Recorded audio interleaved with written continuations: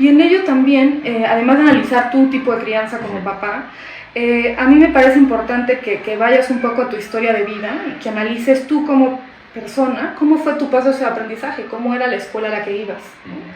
O sea, si yo no acepto que el cambio es inevitable, o sea, que la sociedad se va a seguir moviendo, pues entonces difícilmente abrazaré pedagogías activas o metodologías más centradas en la experiencia, pues. Hola queridos despertuosos, aquí les saluda el profe Javi, feliz de tenerlos como cada 15 días, sintonizándonos por nuestras redes sociales. Algunos nos siguen en YouTube, si no nos siguen, suscríbanse, activen la campanita. Y por favor, si también tienen Spotify, esa plataforma también la tenemos vigente y tenemos contenido exclusivo. El día de hoy vamos a hablar de pedagogía, chicos, y es un tema muy amplio, muy especial. Lo vamos a ir aterrizando como siempre lo hacemos, y como cada 15 días tenemos invitadaza de honor, una persona maravillosa que estudió en la UP, pedagogía.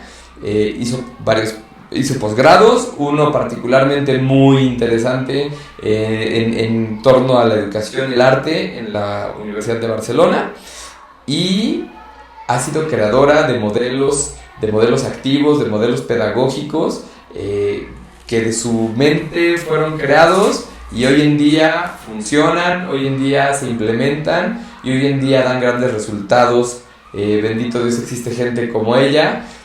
No sé quién crean, pero existe gente así maravillosa que ya le dio modernidad, que ya le dio humanismo, que ya le dio otro enfoque. Me atrevo a decir que esa es la palabra adecuada, moderno. Es un enfoque moderno, ya se acabaron muchos mitos, muchos prejuicios que había en torno a la educación. Y sin más preámbulo, Pau Cabrera, ¿cómo estás? Hola, ¿qué tal? Encantada de estar con ustedes, gracias por la invitación, es un honor para mí, le tengo un cariño muy especial a este espacio, entonces qué gusto, gracias también por la bienvenida tan calurosa. Súper, Pau. Pues de eso se trata este podcast, de compartir ideas fundamentales, decisiones informadas de los adultos que impactan en la vida de los niños. Y qué tan importante es, ¿no? Sobre todo en edades tempranas, en los preescolares, donde uno pensaría, ¿no? Pues es el kinder, ¿no? Qué tan importante puede ser para un niño, pero en realidad son los cimientos y es clave, ¿no? Y el papá tiene que estar implicada en toda la educación de los pequeños. Totalmente. Y vámonos directos. Si te parece bien, me gustaría que hiciéramos un recuento pedagógico de algunas de las teorías educativas o pedagógicas que han sido ocupadas, siguen siendo ocupadas en los planes de estudio, pero que tristemente ahí se quedaron muchos, ¿no? O sea, te hablo de personas como Piaget, Jean Piaget, que además del 80% de las escuelas se llaman así. Correcto. Y otras tantas Montessori. Sí, hay Piaget, Montessori. Está por ahí Lev Vygotsky, que es como muy famoso, ¿no? Pero no sé si Bronner todavía es como pues para la estructura curricular se utiliza mucho. Se ocupa como Bronner. Bloom, que tampoco así muy nuevo no es, pero sigue muy bien. Su taxonomía de Bloom, y que vamos a agregar en los comentarios todos estos autores que estamos citando, porque son de pues, conocimiento general, ¿no? Para las personas que sepan que los que nos dedicamos a la pedagogía conocemos autores, conocemos ideas y las hemos implementado.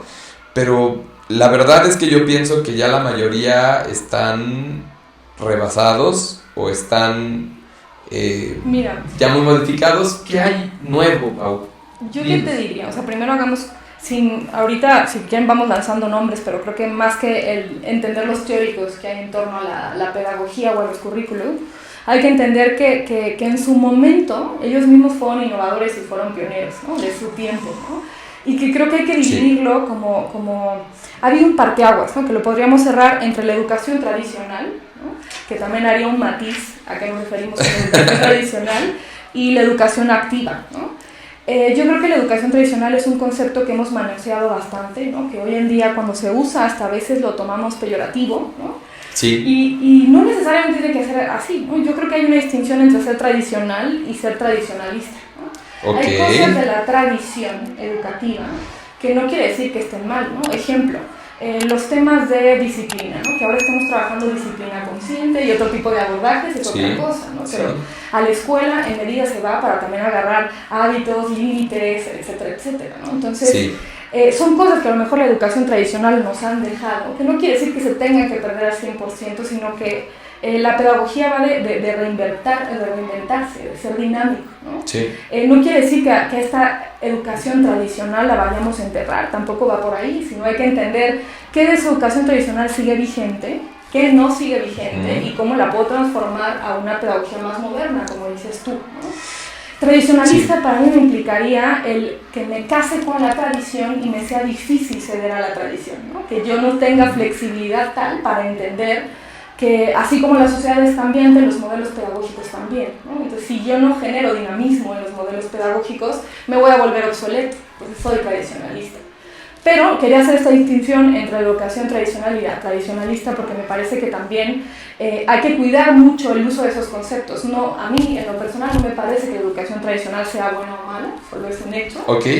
Lo que me parece es que hay que reconocer aquellas prácticas de la educación tradicional que nos han servido a lo largo de la historia, que son vigentes, y las otras que hay que entender que por el modelo social en el que estamos se necesitan cosas distintas, ¿no? Me encanta. Y justo de ahí va la cosa, ¿no? O sea, ahorita quizás si un papá o una mamá nos está escuchando dice, pues, ay, me están hablando en chino, ¿no? Claro. Porque pues entre autores, conceptos y aspectos, hitos históricos, siguen todavía ahí en la mesa, ¿no? En el stand-by de decir, ¿y estos a qué se refieren? Yo creo que un papá o una mamá o un cuidador de un infante tiene que implementar algunas acciones muy específicas para saber dónde está mandando a su hijo. Entonces, ¿cómo detectar, Pau Cabrera, cómo detectar escuelas tradicionales, escuelas tradicionalistas, escuelas modernas y modernistas? Correcto, porque hay escuelas que en discurso dicen que somos una metodología activa y que en la práctica no necesariamente, ¿no? Hay de todo en esta viña del Señor, dice. ¿Tú qué les dirías? O sea, porque la neta es que la mayoría, si bien te va, hacen 5, 6 lugares, pero no tienen armas reales para observar y analizar la escuela en la que están metiendo a su criatura. Mira, existen muchos dichos alrededor, pero primero que yo diría y que creo que hay que desmitificar es que la mejor escuela es la que te queda cerca de tu casa, ¿no? Como que muchas veces el papá pienso igual que tú, decide en función de esto, y sí hay que ser prácticos, también la vida, y sobre todo la vida laboral nos lleva a ser prácticos, pero sí hay que hacerse 2 que 3 preguntas. Primero, analizar, que aquí no me voy a meter ni a juzgar ni mucho menos, pero hay que analizar el tipo de crianza que yo tengo como papá primero, ¿no? Porque me parece que muchas veces el papá no analiza primero su tipo de crianza para ver qué tipo de escuela va a correr su tipo de crianza, ¿no? Puede hacer cortocircuito. Yo eso es una de las cosas que digo, y perdón que te interrumpa, pero sí es clave, lo he dicho y me hace el más feliz que tú lo digas, alguien tan calificado, es que esos son de los mitos que hay que derribar por completo, porque no es lo mismo que lo mismo. O sea, correcto. Tú dices, hombre, tú eres una familia súper católica, que religión y cada domingo y todo, y vas a rezar, lo cual está muy bien, ¿no? Sí, que lo haga. Pero metes a un modelo activo, ¿no? A tu hijo, que es la que te queda en la esquina, pues va a haber ahí un choque anafiláctico, ¿no? Un cortocircuito. Entonces, y viceversa para todos, o sea, ahí van a salir raspados todos, ¿no? Y en ello también, además de analizar tu tipo de crianza como papá, a mí me parece importante que vayas un poco a tu historia de vida y que analices tú como persona, cómo fue tu proceso de aprendizaje, cómo era la escuela a la que ibas. ¿Y por qué hago esto? Nosotros, los papás del día de hoy, ¿no? O somos millennials, o a veces ya están entrando los pero la realidad es que nosotros, esta generación, aprendimos de una manera. Sí. Y la tenemos normalizada. En muchos sentidos pensamos, pues me gustaría que mi hijo fuese a la escuela muy parecida a la que fui yo, porque me sirvió, porque hoy en día soy lo que soy por esa formación. Entonces nos podemos ir muchas veces en unos automáticos de yo quiero la escuela en la que yo estudié o yo aprendí con el estilo que yo aprendí. Entonces hay que hacerse la pregunta, ¿no? Durante tu proceso de aprendizaje, ¿cómo fue la experiencia? disfrutabas mientras aprendías, cuáles son aquellos aprendizajes que te perduraron en el tiempo, ¿no? Lo que se conocen como significativos. ¿Qué tipo de valores te llevaste, ¿no? ¿Cómo fue tu vida social? ¿Qué tipo de amistades sigues teniendo desde tu educación básica, ¿no? Si siguen hoy en día activas o no, que eso al final la escuela también es para crear comunidades. Entonces, te tienes que analizar tu historia de vida, de cómo te fue a la feria, mientras estabas estudiando, porque vas a poder, uno, quitarte como muchos prejuicios, ¿no? de cómo tú aprendiste y cómo debería de ser la educación, ¿no? Dos, por otro lado, entender el tiempo en el que van a crecer tus hijos, que no es el mismo que el tuyo. Lo que necesitaste tú no es necesariamente lo que necesitan los demás. Así es. ¿no? Y en tercer lugar diría también para escuchar a los expertos, ¿no? Con todo respeto, pero hay muchos papás que se van en unos automáticos cuando están eligiendo escuelas, ¿no? Sí. Y que al no ir acorde a su estilo de crianza, al no ir a sus propios valores, a su propia experiencia de vida, luego cuando los niños están en dichas escuelas, pues tienen ciertos cortes de expectativas, ¿no? La expectativa no cumple la realidad, ¿no? En cambio, si yo hago un análisis realista de mi estilo de crianza, pero también de mi historia de vida en torno a cómo yo fui educado, creo que te da mucho más realismo a la hora de estar analizando en la escuela, ¿no? El tercer punto, hablaremos de en qué poner el ojo para escogerla, pero creo que hagamos una pausa para que tú me dejes replicar esto. ¿Tú crees que en las escuelas las ofertas educativas son claras? O sea, ¿tú en general crees que sí o que no? Yo diría que hay muy buenos esfuerzos, hay casos que sí, pero la mayoría diría que no, ¿no? Esa es la realidad, porque una de las cosas más difíciles en esta vida es saber comunicar ideas, ¿no? Y sí. Tú hablabas de hacer modelos pedagógicos, que yo he tenido la fortuna de colaborar en ello. Y una cosa es cómo uno lo dice en papel y otra cosa es cómo eso se permea en la cultura y en la práctica, ¿no? Sí.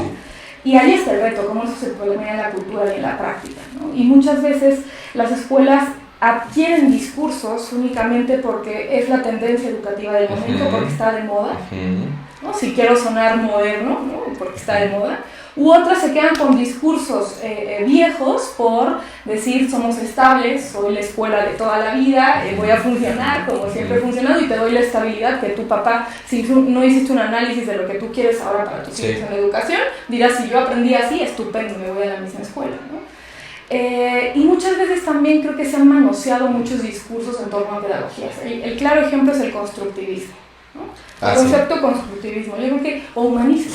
No hay escuela hoy en día que de una u otra manera no diga que es humanista o que constructivista. Es constructivista. O socioconstructivista. Sí. Y es que eso eran varios puntos, ¿no? O sea, uno, el decir, sí, el papá tiene que hacer un análisis porque, por ejemplo, antes sigue siendo, era un tema de contenidos, o sea, de sí aprender el contenido, la enciclopedia, ¿no? Esa la información, pero ahorita ese ya no es el tema, o sea, los niños ya aprenden y tienen una accesibilidad a la información. Correcto. Brutal, que hablemos de esto, ¿no? Es cuál ha sido el reto cognitivo en torno al aprendizaje, ¿no? Hablamos de mediados del siglo XX, donde se premiaba precisamente los contenidos. Pensemos que venimos de guerras mundiales, de revoluciones industriales, del capitalismo como eje rector de las economías, ¿no? Entonces, a partir de ahí, pues se premiaba que las personas supieran cosas, ¿no? Ajá. Más sabes, más inteligente, ¿no? De hecho, si tú analizas pruebas estandarizadas, que sigue siendo así, pero de inicio, ¿qué mide una prueba estandarizada, ¿no? Ciencia, matemáticas y habilidades comunicativas, lectura, comprensión de lectura, y párale de contar, ¿no? Sí. ¿Y qué ocurre? Nos damos cuenta, y por eso surgió la tendencia conocida como la educación basada en competencias. ¿Qué ocurre? Que después nos damos cuenta que también se aprende en el hacer, también se aprende en la práctica, y que al final las personas van a la escuela para aprender a ser funcionales en la vida, aprender a trabajar, aprender a tomar decisiones, etcétera, etcétera. Entonces, a partir de ahí, aprender solo contenidos se queda corto, ¿no? Así es. Necesito que los niños tengan herramientas, habilidades, destrezas, skills, competencias, como le queramos llamar, ¿no? Sí. ¿Qué pasa ahora, ¿no? Y esto, hablemos que ahora también estamos viviendo un parteaguas importante en la educación con toda la integración de la inteligencia artificial, ¿no? Donde viene una nueva revolución cognitiva, ¿no? Donde, ya no es necesario saber todos los contenidos porque está en el internet y porque yo puedo investigar. 2, las competencias, está bien que las siga desarrollando, pero 3, está habiendo un desarrollo tecnológico tal que justo las habilidades humanas o el pensamiento tienen que desarrollarse todavía mucho más para añadir valor a este desarrollo tecnológico, ¿no? Sí, yo soy un convencido, o sea, hoy en día mi manera de pensar en torno a eso es que, por ejemplo, una escuela que actualmente no sepa de neurociencias, una escuela que hoy en día no sepa el cerebro de desarrollo infantil, es una escuela que ya es de otro siglo, para mi manera de pensar. Y qué bueno que lo tocas, fíjate, seguro lo conoces. Hay un teórico muy importante español, se me está yendo el nombre ahora, me acordaré, pero tiene una frase muy importante que dice que conocer el cerebro para un docente es lo mismo, o sea, más bien enseñar sin conocer el cerebro, ¿no? Es lo mismo que hacer un guante sin conocer cómo es una mano. O sea, tú no puedes dedicarte a educación si no entiendes el proceso cognitivo, el proceso cerebral que ocurre en un proceso de aprendizaje, porque entonces lo estás haciendo sin skills, ¿no? Estoy cocinando, pero estoy cocinando sin tabla para picar y sin cuchillo, ¿no? Así es. La neuroeducación te da una toma de conciencia para que tomes mejores decisiones en cómo hacer pues, ese aprendizaje. Y yo pensaba eso. Francisco Mora es el teórico. Francisco Mora. Apenas hubo un curso, de hecho hay estas son de los autores citados en Techman, por ejemplo, en algunos cursos de Techman. Sí, claro. Ya un día explicaremos qué es Techman, chicos. Pero son autores clave. Y yo creo que esta idea que yo ya tenía, pero que hoy en día la creo más y la digo más y cada que puedo la repito como perico, es eso, ¿no? O sea, viniendo de la época que venimos, de dos niños, de niños con al menos 1 o 2 años cargados a sus espaldas de pandemia, en el cual no solo se atrofiaron músculos, o sea, se atrofiaron muchas habilidades y funciones ejecutivas y que siguen siendo cosas que si se trabajan, se nutren y se desarrollan, y si no se trabajan, literalmente llegan podas neuronales, sinápticas, y se pierden habilidades que hoy en día es muy difícil hacerlo. Entonces, ¿a qué voy con esto? Que tienes niños que, por ejemplo, llegan a segundo o llegan a tercero de preescolar sin haber tenido nunca una experiencia social, de interacción académica, nada, ¿no? Y si tú eres de los maestros o metes a tu hijo a una escuela con ese tipo de maestros de antaño, pues siguen la receta de cocina. Y que se supone que el niño de tercero ya tiene que empezar a hacer trazos, escribir y todo, pero está súper inmaduro en lo vestibular, en lo propioceptivo, en las funciones ejecutivas, o sea... Digamos, no está la fruta para hacer el jugo. Está inmadura la fruta, la vid no está buena para el vino todavía, y eso es lo que yo creo que pasa. Teníamos maestros muy conscientes de repetir recetas de cocina,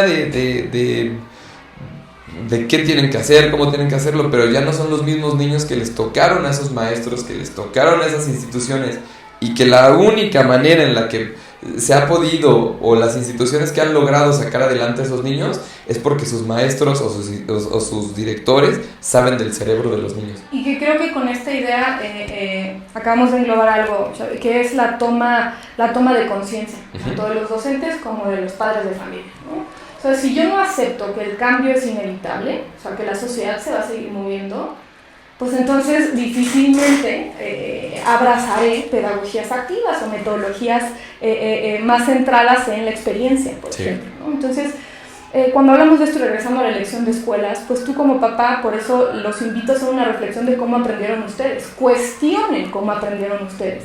¿Qué les funcionó?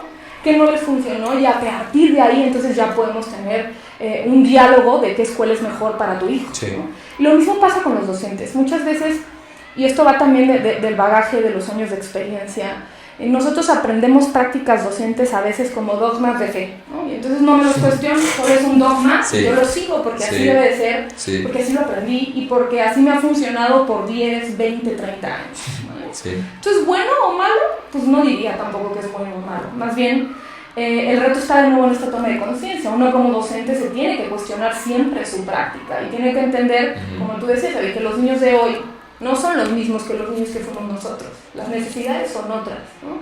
Si el mundo va a estar permeado de inteligencia artificial en todos los entornos, y yo a un niño que está en etapa escolar en este momento no le desarrollo habilidades de pensamiento, no le enseño a analizar, a sintetizar, a tomar decisiones, a ser crítico, difícilmente se va a poder adecuar a un entorno con inteligencia artificial, por ejemplo, ¿no? Entonces, si yo analizo esta situación social, pues al regresar al aula, ¿no?, me permite salir de mi zona de confort. Oye, ¿está bien que yo tenga una práctica desde hace 30 años? No lo sé, puede ser que sí, puede ser que no. Hay cosas que a lo mejor no perderemos, ¿no? Ejemplo, para la lectoescritura siempre se va a tener que desarrollar motricidad fina o gruesa. Esto no se va a quitar, ¿no?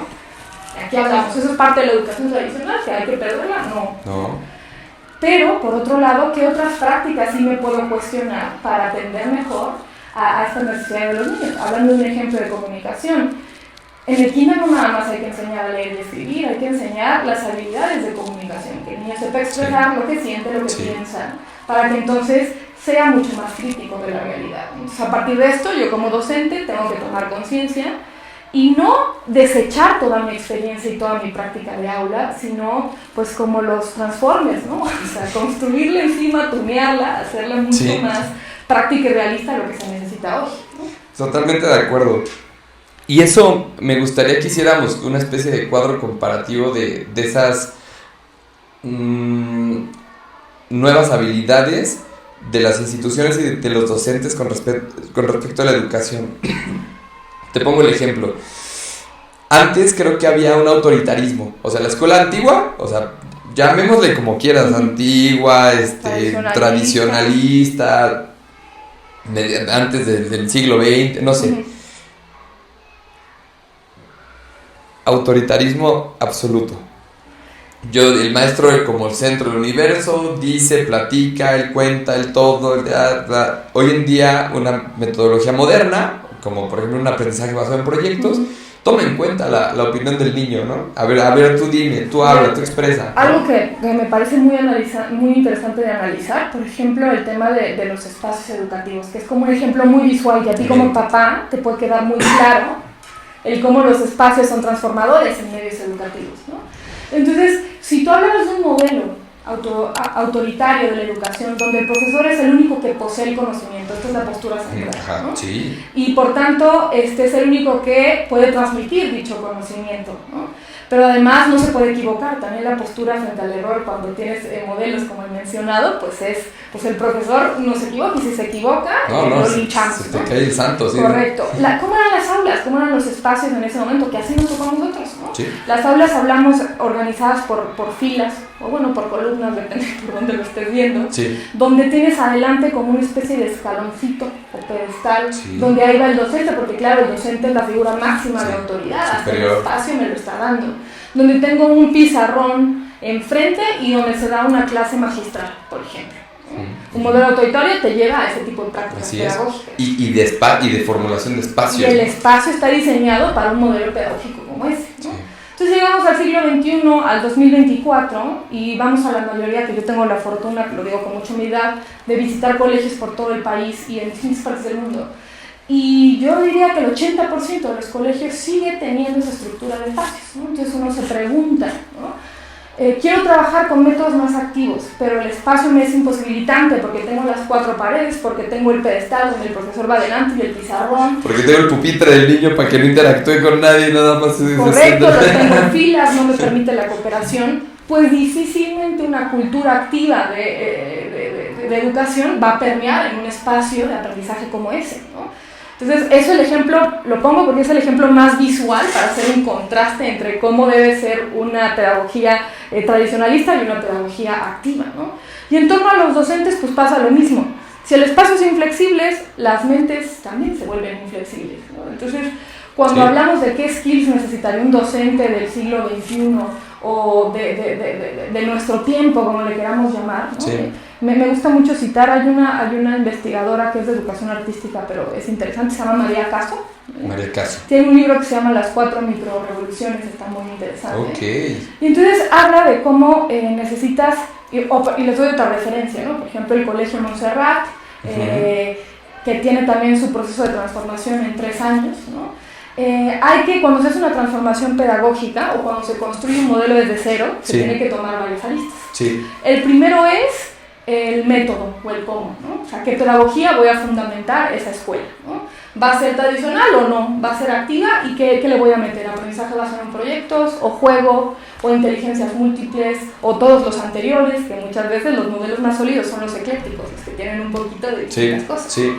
Después de que yo puedo tener un modelo, tengo que trabajar la cultura. ¿Cómo debe ser ese perfil docente?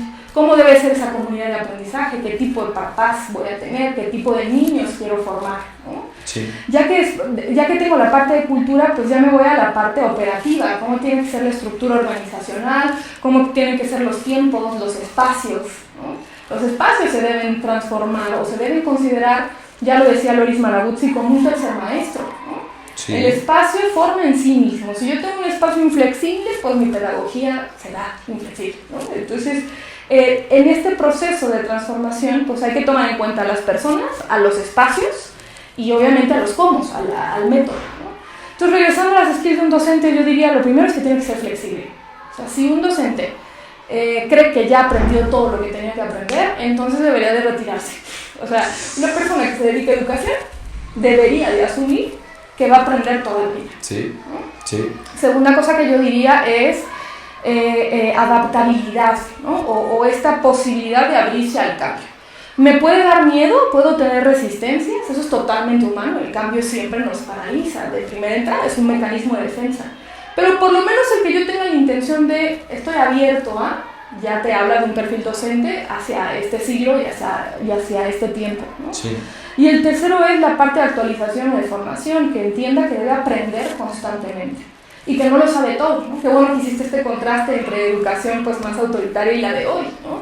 El profesor, aunque si bien sigue siendo un protagonista del proceso de enseñanza-aprendizaje, claro. No debe ser el eje vertebrador. El eje vertebrador son los alumnos. Si lo entiendo, entonces mi postura ante el error es otra, ¿no? Por tanto, suelto el si me equivoco o no me equivoco, ¿no? ¿Me voy a equivocar? Claro que sí. Pero que yo tenga esta capacidad de aprender es vital para que yo sea un docente competente, ¿no?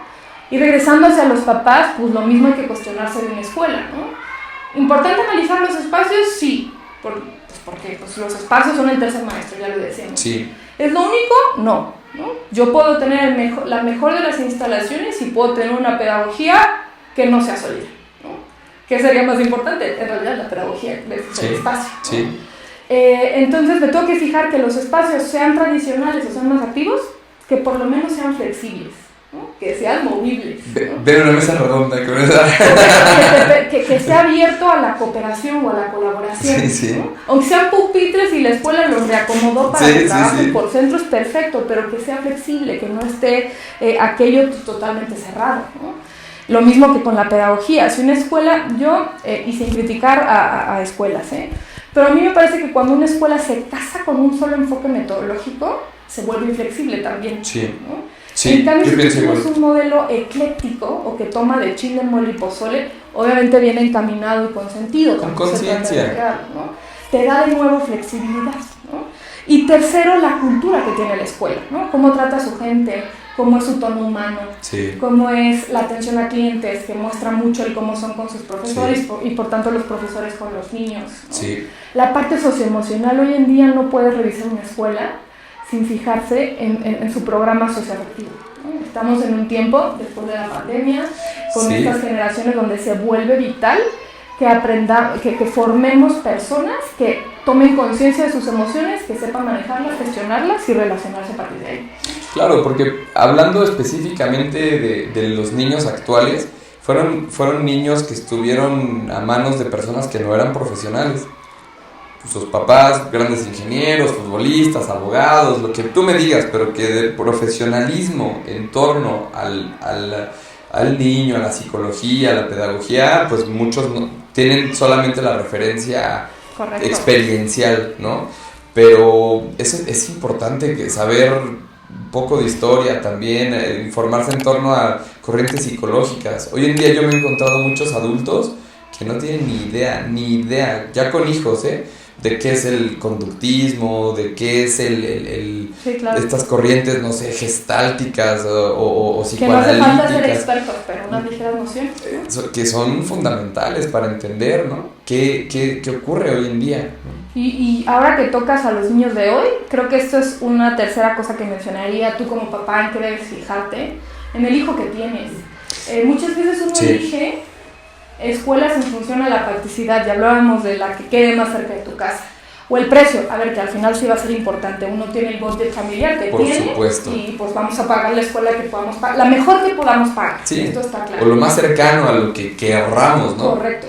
Pero muchas veces nos vamos en unos automáticos como si yo tengo 2 hijos o 3 y decido que mis 2 hijos tienen que ir a la misma escuela porque es práctico para mí. Sí. Y muchas veces los niños son tan distintos que hay escuelas diferentes para mis hijos, ¿no?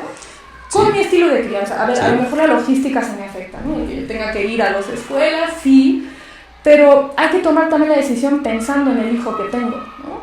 Y hablando del hijo que tengo, pues hablemos de la generación de hoy, ¿no? Que sin afán tampoco de... Porque siempre las generaciones anteriores vamos a juzgar a las generaciones que a las nuevas, ¿no? Que nos preceden, ¿no? Naturalmente, ejemplo, los baby boomers, pues cuando hablan de nosotros los millennials, pues... Unos chillones, ¿no? Correcto. Y pues nos tocará lo mismo con los zetas y los que siguen sucesivamente. Sí, ¿no? sí. Pero analizando las generaciones, independientemente de que estuviera o no la pandemia, ya había una crisis en torno a cómo era la pedagogía en las aulas, ¿no? Sí. Donde no se centra en que los niños disfruten de aprender, ¿no? Como que se perdió esta parte de, ante todo, el niño tiene que disfrutar aprender, ¿no? Ante todo, ¿no? Y dentro de esto estamos hablando de generaciones que son mucho más activas, o sea, que requieren mucho más movimiento físico, que son mucho más cuestionadoras, porque tienen mucho acceso a la información. O sea, un niño de hoy con un clic sabe todo, ¿no? Y ahora agreguemos la inteligencia artificial, segundos ya sabe lo que tiene que saber, ¿no? Esto hace que los niños cuestionen todo, ¿no? Entonces, si yo quería ser un profesor autoritario, me la van a poner difícil porque ya no me la van a comprar. Va a ser respiro, ¿no? El proceso, claro. Correcto. Por otro lado, son niños que la capacidad de espera, y por eso también hablaba de la parte socioafectiva, se ha perdido. Está el claro ejemplo de el uso de plataformas de streaming, ¿no? Un niño de hoy es una tontería, pero ya no ve comerciales, o ya no espera tanto para una serie, ¿no? Ya lo tiene todo ahí precargado. Entonces, si su capacidad de espera es tal, por tanto su capacidad de atención, no es que haya cambiado la capacidad de atención de las personas, porque el cerebro es el mismo desde hace siglos, ¿vale? Sin embargo, es tanto el estímulo externo que tienen los niños hoy, que no es que su periodo atencional sea diferente, sino que es tanto el estímulo que es muy difícil que lo tengas enfocado a un solo lugar, ¿no? Entonces, si son niños sobreestimulados, que ese sería el concepto, yo no puedo tener pedagogías que sean de poco movimiento, ¿no? O que sean amplísimas, ¿no? O sea, sesiones de 40 minutos, 1 hora, lo pierdes. Los formatos de hoy, de nuevo, millennials contra generaciones nuevas. Nosotros somos de Facebook y de Instagram y ahora está el TikTok y seguirá algo cuyo formato será más breve. Todo va a que el formato sea concreto y lo mínimo indispensable. Entonces, si yo tengo el niño que tengo y además ya analizo en mi casa, ¿no? Además tiene esta personalidad y es así de sensible y tiene estos gustos y estas preferencias, todo lo que le queramos añadir, entonces también la manera de que yo vea las escuelas que estoy analizando me va a dar otra perspectiva, porque no es la escuela que yo, papá, necesito, es la escuela que necesita mi hijo. Y no olvidemos que es la decisión más importante, una de las más importantes que van a tomar en la vida. Piensen cuántas horas pasa un niño en una escuela. Muchísimas. ¿Cuánto tiempo dispone eso de su vida, ¿no? Un niño de los 3 a los 12 años, ¿cuánto tiempo está en la escuela y cuánto tiempo está en su casa con ustedes, ¿no? Entonces, es una de las decisiones más importantes que van a tomar, ¿no? Sin duda. Y es de las decisiones que menos informados se toman a veces, ¿no? Con más prejuicios, como dices. Estoy de acuerdo contigo. Y eso es un parteaguas. Yo, y parte de la invitación era eso, ¿no? El decir, tú has creado modelos que hoy en día se llevan a la realidad con un enorme éxito, y justamente hacer una reminiscencia, hacer una especie de listado de lo que tiene que hacer un papá, o sea, una idea, un consejo, como lo quieran tomar los que nos escuchan, con mucho cariño, para tener un proyecto, para crear su proyecto de vida de un niño que es como un proyecto pedagógico. Entonces, retomemos, mi Pau. En resumen. Punto número 1. Punto número 1, analizar cómo te fue a ti en la feria, ¿no? Cómo aprendiste, qué tomas y qué dejas de tu práctica. Autoanálisis. Exacto, ¿no? Segundo es sí conocer tendencias, ¿no? Educativas. No a profundidad, no todos vamos a ser expertos, ¿no? Sí, no. Pero ¿qué está sonando en el mundo educativo hoy? Aprendizaje basado en proyectos, aprendizaje basado en el juego o ludificación, aprendizaje cooperativo, conceptos que me vayan por ahí sonando, ¿vale? Sí. Dentro de estas tendencias yo les diría sobre todo no juzgarlas, sino más bien cuestionarlas, ¿no? ¿Qué sí funciona, qué no funciona, sí. ¿no? Y sobre todo, ¿qué me va a servir en función a las skills que tendrían que desarrollar los niños, ¿no? Sí. Y también pensemos en todas las variables prácticas, ¿eh? Ya hablábamos de los costos, distancia a casa, los valores de la escuela versus mis valores de crianza. Esto sí tiene que prevalecer, sí o sí, no lo podemos perder. Y yo como último punto diría la escuela que consideres que a ti como familia te haga sentir parte de su comunidad y te dé esta confianza, esta calidez, este sentido de casa, este sentido de estás dejando tu tesoro más preciado, sí. Y te puedes ir con confianza en que tu tesoro más preciado va a estar bien, ¿no? Definitivamente. Temas de redes, cosas de ver en la escuela. ¿Crees que las redes muestran Miren, la realidad un poquito? ¿Se acercan? Yo diría sí que están... sí. Sobre todo yo diría que se informen de 3 maneras. Uno es, si escuchen recomendaciones de la familia, de primos, de amigos, pero sobre todo escuchen las recomendaciones cuyos valores de esas personas sean similares a las suyas, ¿no? Porque también si yo escucho todo el mundo, pues es un sobreestímulo, ¿no? Sí, no. Si escuchan recomendaciones. 2, yo les diría, si tienen algún amigo experto, tienen alguien que trabaja en educación, también pregúntenle, no está de más preguntar por ahí. Sí, sigan a las escuelas en redes sociales, porque en los últimos 5 años, y gracias a la pandemia, ha habido un gran esfuerzo en todas las escuelas de comunicarse por redes sociales, ¿no? Entendieron que la comunidad... Esta parte digital, se digitalizó, ¿no? Lo que tenía que pasar en 10 años pasó en 1. Y entendieron que la comunidad de aprendizaje no se termina en las 4 paredes de las instalaciones de la escuela, sino que permea, es una cultura, ¿no? Sí. Entonces, que tienen que ir hacia afuera. Entonces, sí vean redes sociales, pero con ojo crítico, ¿no? Que se vea que hay una pedagogía detrás y que no nada más es una tendencia por sí. nombrarla y mencionarla, ¿no? También hay herramientas, hay páginas, si quieren por ahí les dejamos algunas ligas, hay páginas de búsquedas de escuelas, ¿no? Sí. O hay asesores que inclusive se dedican a ello, ¿no? Y yo les diría también que es bien importante que hagan un listado de prioridades. ¿Qué va primero, la distancia a casa o el precio? Que es una escuela bicultural o que tenga buen inglés o las habilidades socioafectivas, ¿no? O sea, el que yo haga un listado de 10 cosas que me gustaría que tuviera mi escuela ideal y que las ordene para que cuando esté tomando decisiones pueda comparar y contrastar, ¿no? Sí. Y en este comparar y contrastar, por eso es importante sí ver redes sociales, sí ver páginas web, y sí escuchar desde fuera, ¿no? A expertos o también gente de familia o de conocidos a los que ustedes le tengan confianza, ¿no? Totalmente. Pero lo más importante es que se escuchen en el entorno familiar, ¿no? O sea, en la familia nuclear. Si son una pareja, si soy un padre soltero, lo que sea, pero que se tome sobre todo en cuenta lo que mi hijo quiere y lo que mi familia nuclear necesita, ¿no? Yo creo que tienes razón en todo. Solo me gustaría añadir una cosa importante en torno a la herramienta de medición hacia el niño, ¿no? O sea, yo soy un promotor de la guía Portage, soy un promotor de los checklists, de los CBCLs, ¿no? De qué se supone, en qué han hecho todos los teóricos, instituciones, grupos de instituciones, organizaciones mundiales, ¿no?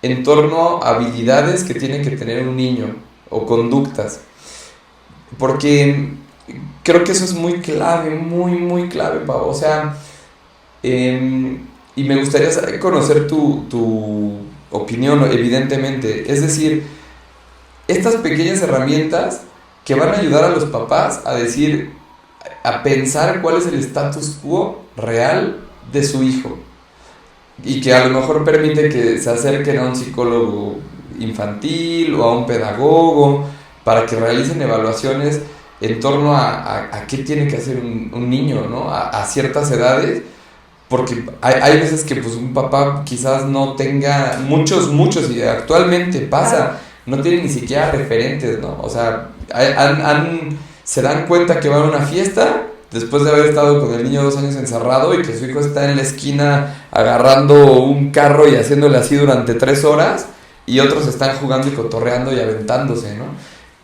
Eso es algo con lo que yo lucho muchísimo en torno a los procesos y estos hitos del desarrollo famosos, que hoy en día incluso médicos dicen, lo va a hacer solito, y te dan 6 años y el niño no habló, ¿no? Y entonces, o sea, eso, el cómo medir, me gustaría conocer lo que piensas. Creo que, fíjate que tocas un tema muy delicado, pero es muy importante, ¿no? Hay mucha bibliografía en torno al desarrollo infantil, ¿no? Más o menos especializada, ¿no? Yo sí, me lo preguntan padres de familia, siempre digo, váyanse a los libros de crianza, porque si se van a libros mucho más académicos, a lo mejor es mucha información y muy técnica y sí, no entendí la mitad. Sí, claro, ¿no? claro. Estoy de acuerdo contigo, hay unos hitos que deben de ocurrir y que hay como un deadline para que ocurra, ¿no? Eso es. El primero es, por ejemplo, cuando un niño debe o no debe caminar o si debe o no gatear, ¿no? Lo del gateo es súper cuestionable hoy en día, pero pues, ¿cuándo tiene que caminar? En teoría, ¿cómo dicen? El libro así, la mayoría, promedio, año 4. Exactamente. Un niño se sueña. ¿No? Ese es el promedio. Pero yo que les quiero decir, si tiene 2 años y no camina, preocúpate, ¿no? Claro, claro. O sea, a lo mejor tiene 1 año, 4 meses y un día y no que va, bueno, y el papá ahí hiperventilando porque no caminó tampoco, ¿no? O sea, si tiene 1 año, año y medio, estamos ahí en el límite. Si pasa el año y medio, voy con un experto, ¿no? Sí. Lo mismo pasa con el lenguaje, ¿no? En la pandemia el lenguaje se vio afectado muchísimo. Claro. Tan solo lo que se conoce como conciencia fonológica, ¿no? Que el niño asocie lo que ve con lo que escucha, sí, y que sepa que pasa en el aparato fonoarticulador cuando emite un sonido. Si lo hacemos con cubrebocas, pues el niño cuando tomó conciencia fonológica, sí, cuando desarrolló... Eso en el caso de chicos que hayan tenido la atención, el interés de al menos intentar, correcto, ver y aún así no lo lograron. Hay unos que intentan... Correcto. La cosa estuvo tan dura que la atención se quedó selectiva, la comunicación, correcto, se quedó instrumental y ni te voltean a ver a los ojos. Si tengo un niño que tiene 2 añitos, un poco más, y no habla, también es importante, sí, que aunque son unas palabritas, sí. Las guías dicen 2 años, 10 palabras. Correcto. Incluidas onomatopeyas, pero 10. Correcto, aunque sea, ¿no? Si mi niño está cerca de los 3 años y no habla, pero ahí sí ya puedo no hiperventilar, pero sí sería importante que me mueva, ¿no? A que lo lleve, claro, a que pues sea diagnosticado, ¿no? Pero es eso, sí existen las deadlines. Sí existen. O sea, sí tienen que existir, o sea, porque, oye, ojo, o sea, corran cuando digan... Es un foquito, ¿no? Son focos rojos en todos sentidos, ¿no? Si un niño en tercero de primaria no lee y no escribe, necesito que por ahí lo llevemos a que tenga alguna intervención. El cerebro está listo para leer y escribir a los 8 años de edad, eso es lo que dicen las neurociencias, sí, ¿no? Sí. Que en México creamos que el niño tiene que egresar leyendo y escribiendo, sí, fue cultural y lo logramos y se hace, pero cerebralmente es hasta los 8 años. Sí, el deadline, ¿no? O sea...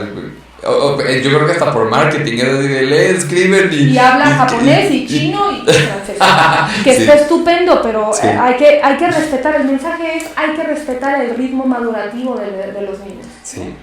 Y no son competencias, o sea, sí hay como promedios, sí, pero sí cada niño también es distinto, tampoco es determinante, como hablábamos del gateo, no es determinante que un niño gatee o no gatee, ¿no? Lo que es determinante es que pase ciertos años y no haga una de las habilidades básicas como es hablar, por ejemplo, ¿no? Así es. Ahora bien, en torno a las skills, yo les diría que hay que fijarse mucho en los intereses de sus pequeños, no los que son impuestos, porque muchas veces los papás queremos encaminar a nuestros hijos a aquellos hobbies o aquellos intereses, sí, que nosotros tenemos o que proyectamos que nos gustaría que tuviesen, ¿no?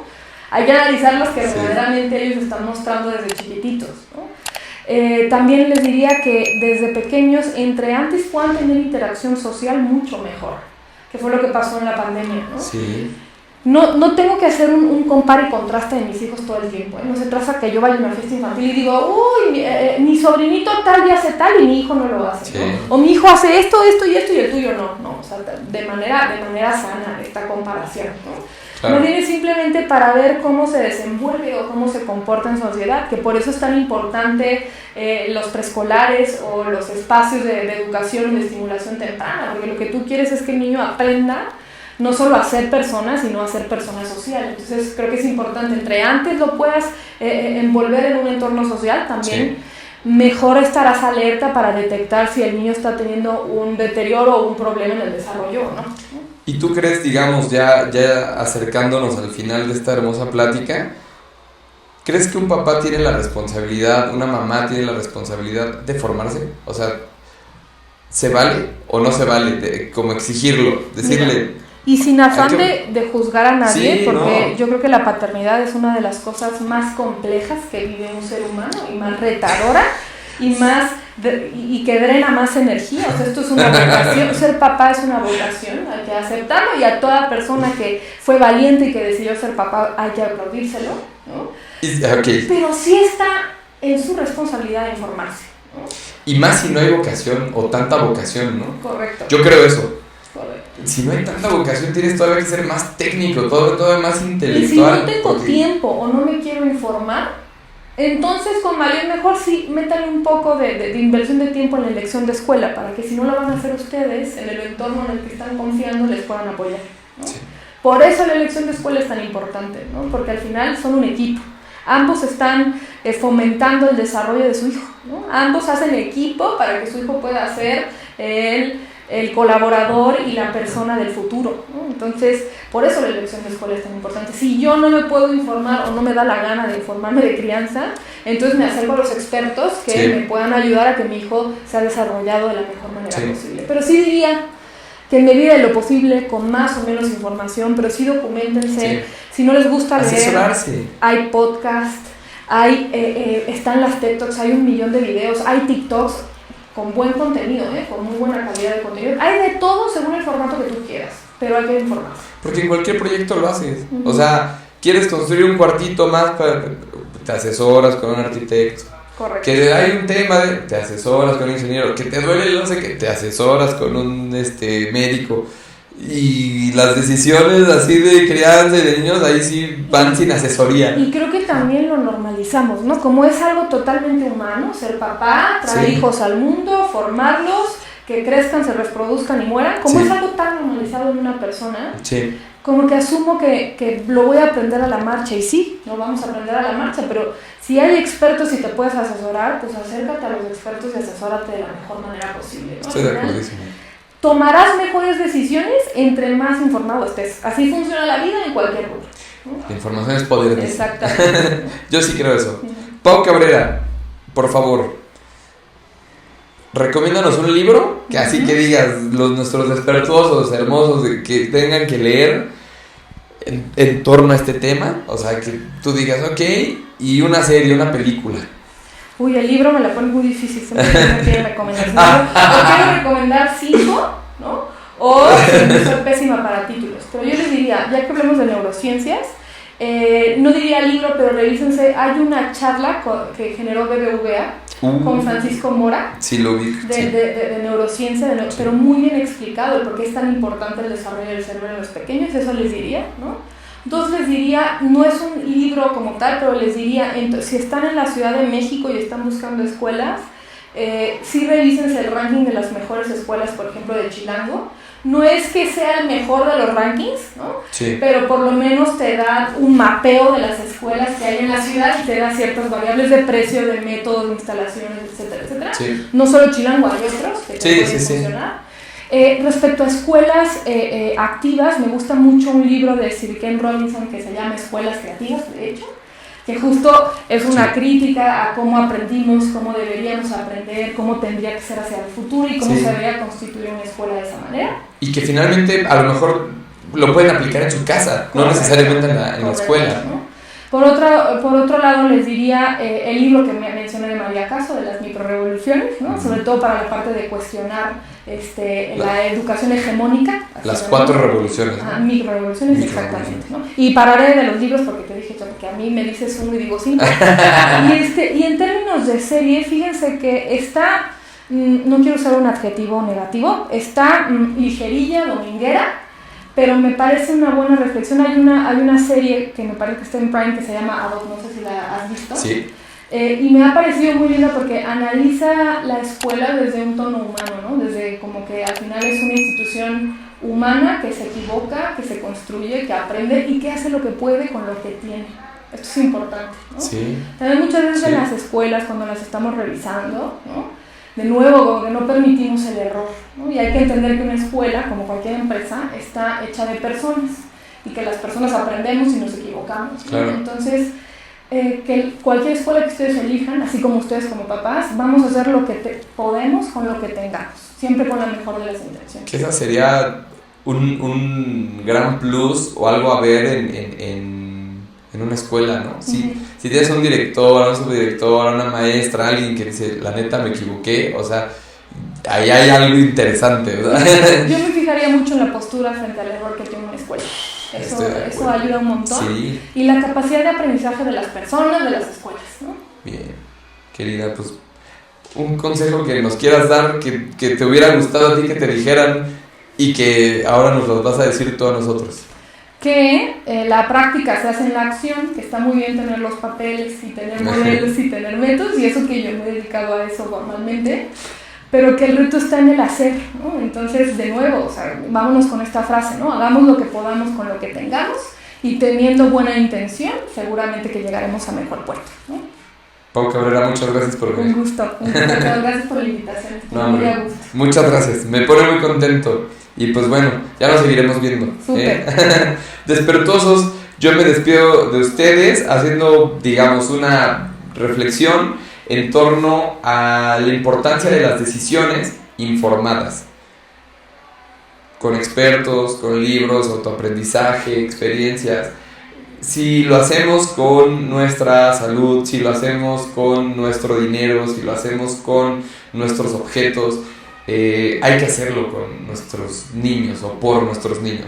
El tema de la crianza que te toque, el tema de el estilo de familia, el estilo de vida que tengas, es una invitación, un llamado a esa reflexión, de profundizar lo más que puedas, porque, como bien dijo nuestra invitada Pau Cabrera, es una de las decisiones más trascendentales en la vida de una persona.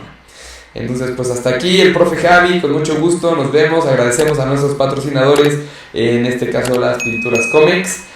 Vayan al pabellón acá en Santa Teresa por el Pedregal, dejamos y adjuntamos la dirección, chicos. Hay también cosas importantes que comprar en torno a materiales didácticos que venden en esa hermosa empresa. Muchas gracias, un saludo y nos vemos la próxima. Chao, chao.